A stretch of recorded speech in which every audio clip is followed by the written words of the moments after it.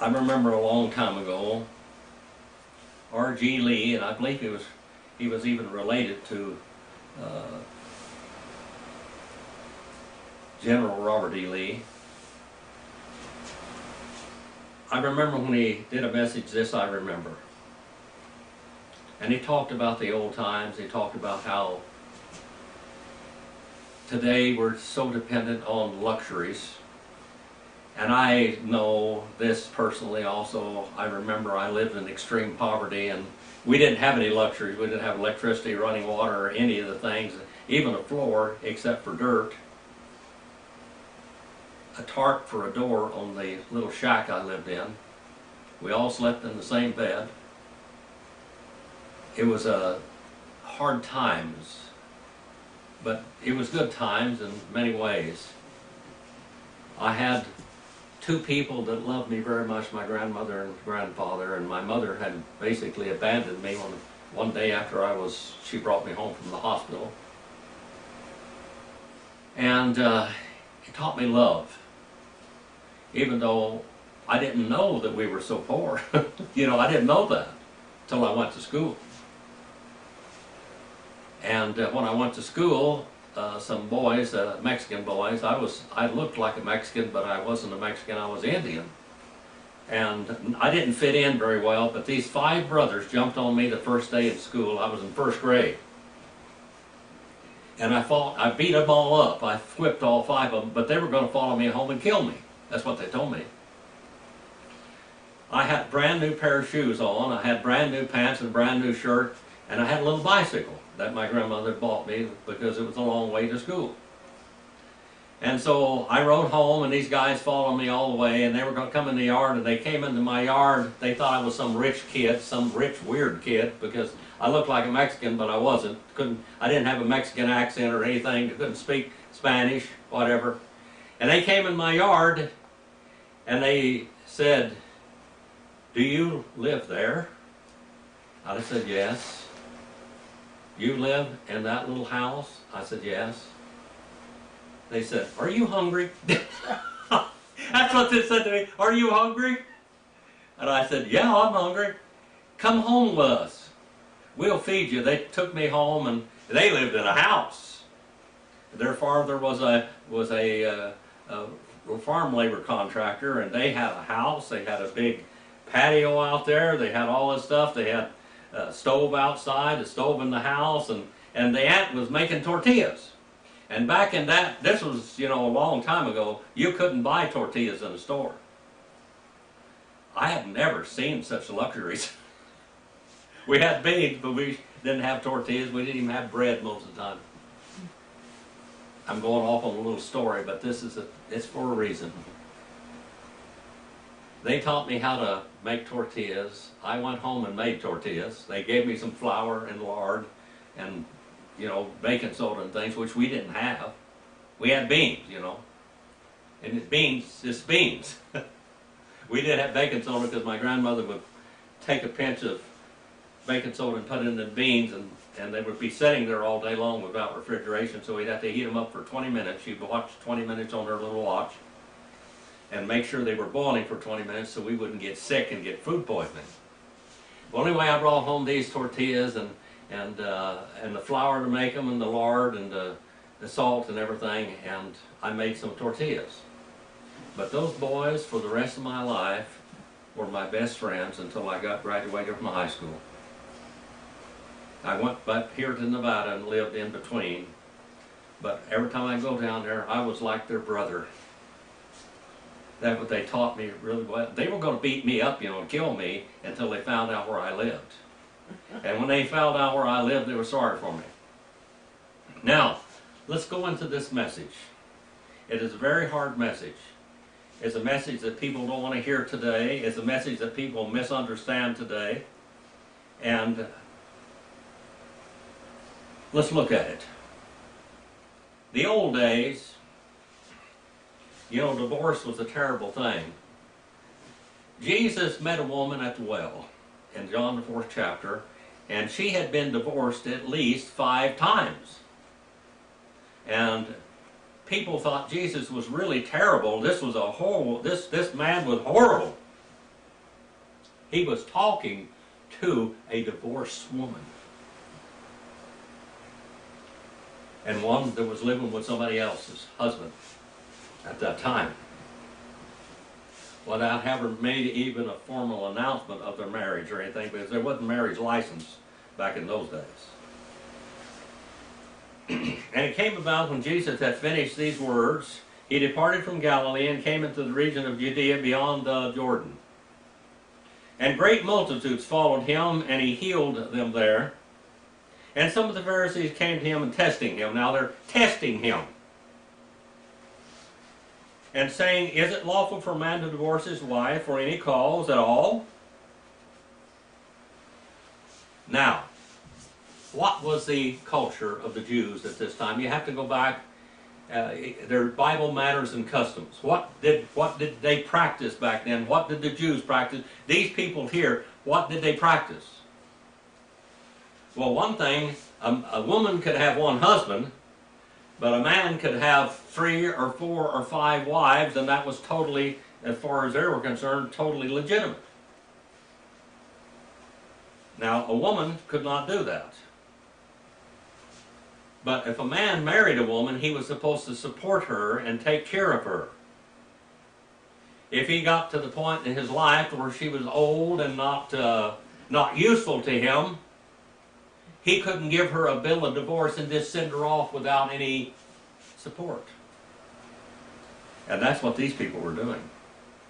If they didn't like their wife, if there's something they had against their wives, they would give her a bill of divorce, and she'd go out then and have to find, she couldn't take her children with her. Remember that. The children were the fathers, and it still is in the Middle East today. The children are the father's children, not the mother's. They still don't have much rights over there, especially in the Muslim world. But the woman wouldn't have any support at all, and she would be just basically condemned to poverty. Now, Jesus is protecting the feminine race. And he answered and said, have you not read that he who created them from the beginning made them male and female? Now that's in the book of Genesis, isn't it? And he said, for this cause a man shall leave his father and mother, and shall cleave to his wife, and the two shall become one flesh. One flesh, they're one. Two shall become one. Consequently, they're no longer two, but one flesh. What therefore God has joined together, let no man separate. And they said to him, why did then Moses command to give her a certificate of divorce? See now, they're not thinking about taking care of the woman. This law is to protect the feminine gender. Now, among American Indians, among most of the Indians, a man would have more than one wife. Many times, when he married a woman, she would demand that he marry her sister also, so her and her sister could be together the rest of their lives, and they could help each other. And in the American Indian culture, the man owned nothing except the clothes on his back and his horses. The woman owned all of the house. In other words, the teepee or whatever.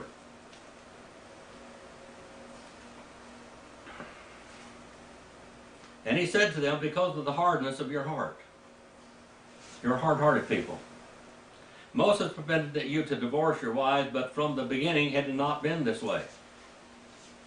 You didn't divorce your wives at all. You took care of them. If you had 2 wives or 3 wives, you took care of them. And you people are wanting to dump them off somebody else's support when they're not useful or you don't like them anymore or whatever. And I say to you, whoever divorces his wife, except for immorality, and marries another, commits adultery. Now, he's telling them, you dumped her and you marry another one, you're committing adultery. And you're sending her out there to commit adultery because she is joined to you and you're joined to her. You're not going to get by with having 3 or 4 or 2 wives and not supporting this one when you got tired of her. The woman is human. She's a human.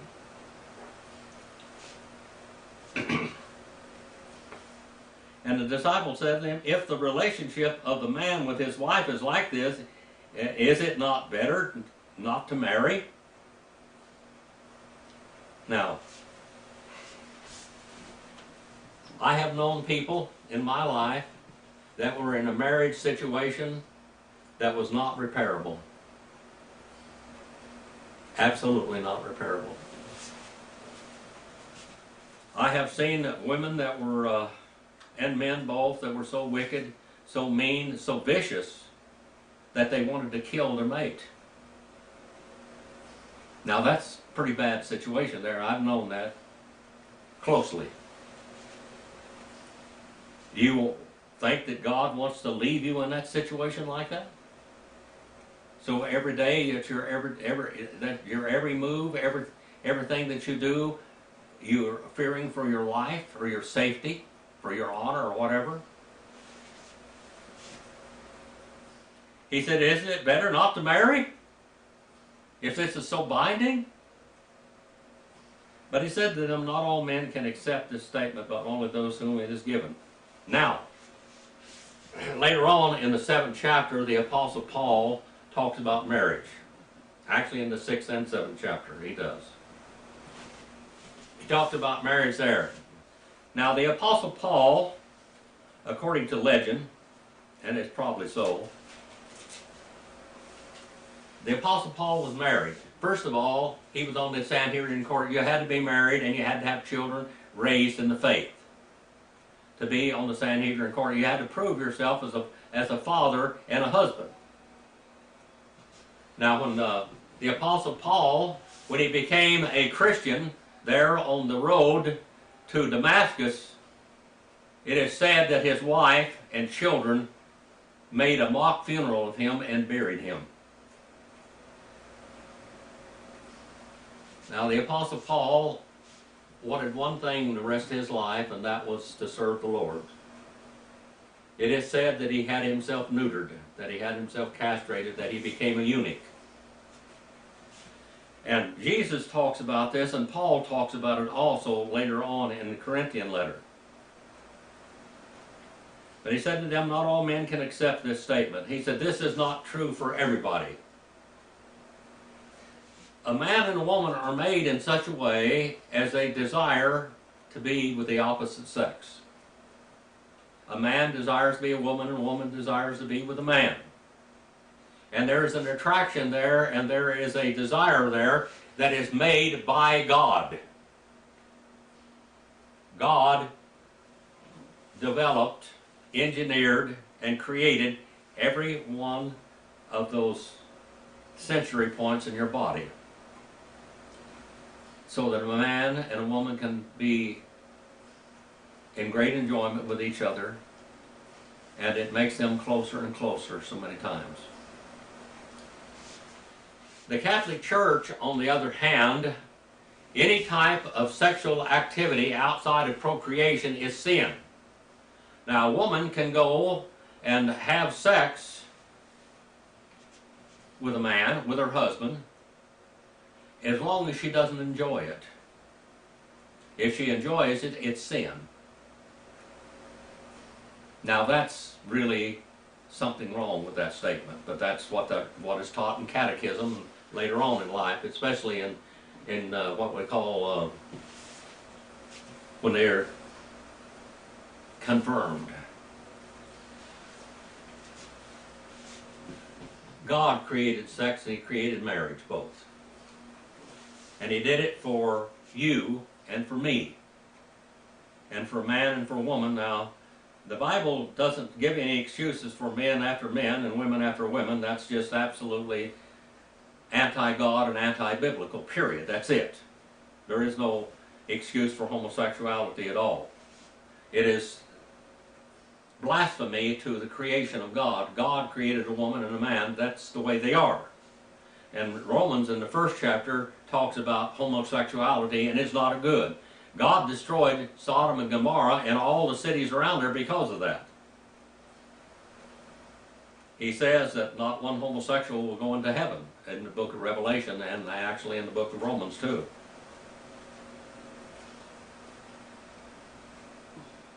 And he said unto them, not all men can accept this statement, but only those whom is given. For there are eunuchs who are born that way from their mother's womb. In other words, there are women and men that do not have desire for someone. Something's not quite all there in their body. And he said, and there are eunuchs that are made eunuchs by men. Many, people own slaves. People own slaves. And if they wanted to make a eunuch out of their slave, that was their business. They could do it. The slave had nothing to say about it. You just neutered them. And there are eunuchs who are made eunuchs by men. In other words, a eunuch is not going to desire to be with a man, okay? Now, in America today, with the upside down, irrational perversion, homosexuals are held higher than the normal people. Don't say it's wrong, don't do anything. If you do, you're in bad trouble. Well, the Bible still has one thing to say about that. Now it says here that for there are eunuchs who are born that way from their mother's womb. There are eunuchs who are made eunuchs by men. And there are also eunuchs who have made themselves eunuchs, like the Apostle Paul, according to legend, for the sake of the kingdom of heaven. I've got a book over there that I'm looking at right now, 50 Years in the Church of Rome. The Catholic Church in 1123 AD decided that their priest could not marry. And from that time on, in the Catholic Church, now the Catholic Church doesn't go back to Christ. It began in 325 AD. I don't care. I mean, I've had people write, well, there's their popes here, there. That is made up history, people. It didn't happen. The Catholic Church started in 325 AD when Constantine the Great became the first apostle of God in that church, and he declared the church Catholic, and they declared everything else was wrong at that point. Well, anyway, in 1123 AD, right here, as we look here, we see celibacy. Celibacy was the worst crime that the Catholic Church committed against itself and humanity. From that period of time onward, women have been raped, seduced in the confessions. The children have been raped and molested from that time onward in the Catholic Church. It didn't begin in 1900. It began in 1123 AD. Men and women have a desire to be with each other unless they're born different or unless they have become eunuchs. Not all men can accept this statement.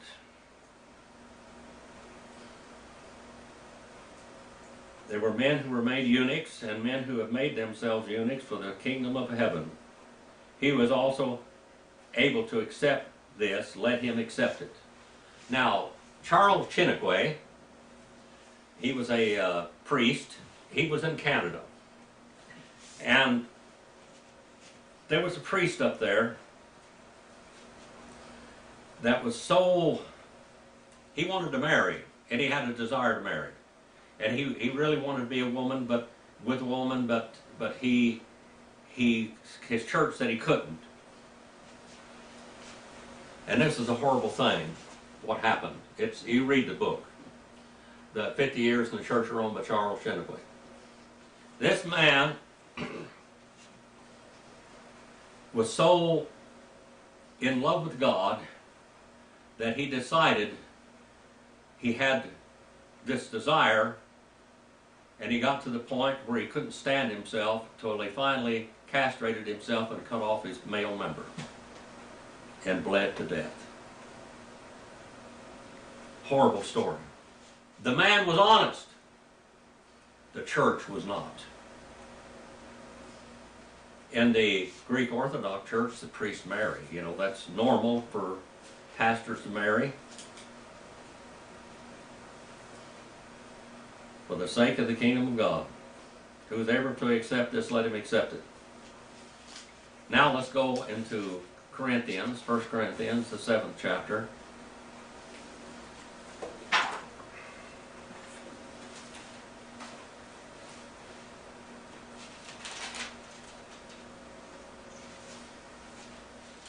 Actually, in the 6th chapter, it says, do you not know that your bodies are members of the Christ, and shall then take away the members of Christ and make them members of a harlot?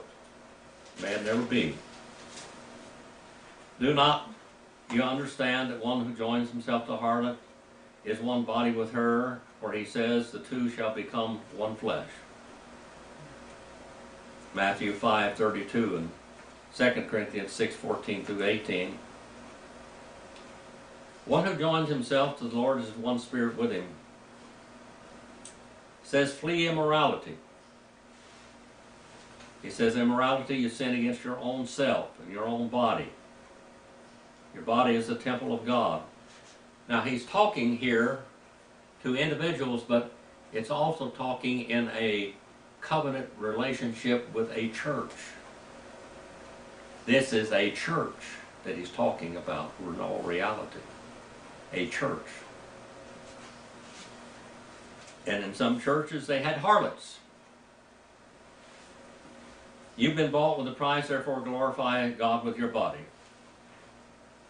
All of you. You all. He's talking to the church.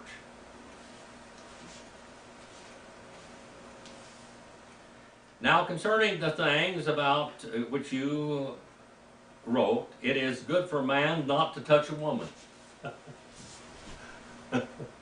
Isn't that something? Women will disagree with that, won't they? It is good for a man not to touch a woman, and he had made himself unique, and he's going to go and do this. Because of immoralities, let each one have his own wife, and let each woman have her own husband. Because God made you desire one another. Let the husband fulfill the duty to his wife, and likewise also the wife to her husband. He's not talking about making babies here, is he? He's talking about desiring and satisfying each other. The wife does not have authority over her own body, but the husband does. And likewise, the husband does not have authority over his own body, but the wife does. You belong to your wife, and the husband belongs to his wife, and the wife belongs to her husband. And God created these desires, and do not deny one another of that desire. And it tells you why. Stop depriving one another except by agreement for a time. Maybe you got sick. Maybe you are really concentrating on serving the Lord. It said that you may devote yourselves to prayer or come together again, lest Satan tempt you because your lack of self-control. But this I say by way of concession, not of command. Yet I wish that all men were even as I myself am, as a eunuch, a self-made eunuch. However, each man has his own gift from God, and one in which manner and one in another manner. But I say to the unmarried and to the widows that it is good for them if they remain even as I. It's good for them in the Lord if they can handle that. Now verse number 9 is very important. But if they do not have self-control, let them marry, for it is better for them to marry than to burn in passion. But to the married I have given instruction, not I but the Lord, that the wife should not leave her husband. But if she leaves her husband, let her remain unmarried, or else be reconciled to her husband, that the husband should not send his wife away. Again, we're repeating what's happening there when Jesus is talking in Matthew the 19th chapter, aren't we? Men abusing women.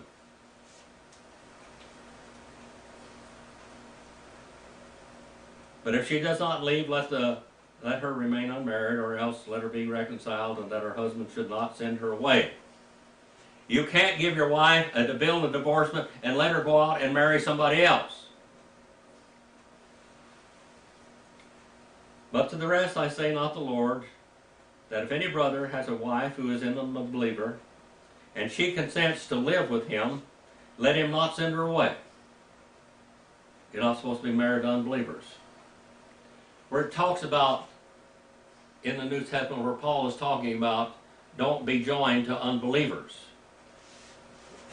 Don't be joined to unbelievers. He's talking about working. Don't go in an occupation where you're working with unbelievers. It's not talking about marriage there.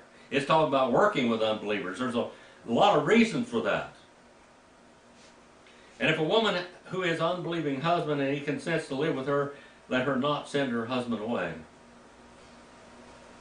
For the unbelieving husband is sanctified through his wife, and the unbelieving wife sanctified through her believing husband. For otherwise your children are unclean, but now they are holy. Yet if the unbelieving one leaves, let him leave. The brother of the sister is not under bondage in such occasion, but God has called you unto peace, not unto misery. God has called you unto peace, not unto misery. Unto peace, not misery. Father, we send this message out, Father, and just use it in every way you can that would touch people's lives with it, help them understand. I've dealt with so many Catholics that are just so absolutely deprived of marriage relationship because of the insanity of a wicked church with a wicked decision by a wicked pope that brought forth this and canonized this law of celibacy and the perversion of a marriage in life. Father, please use it.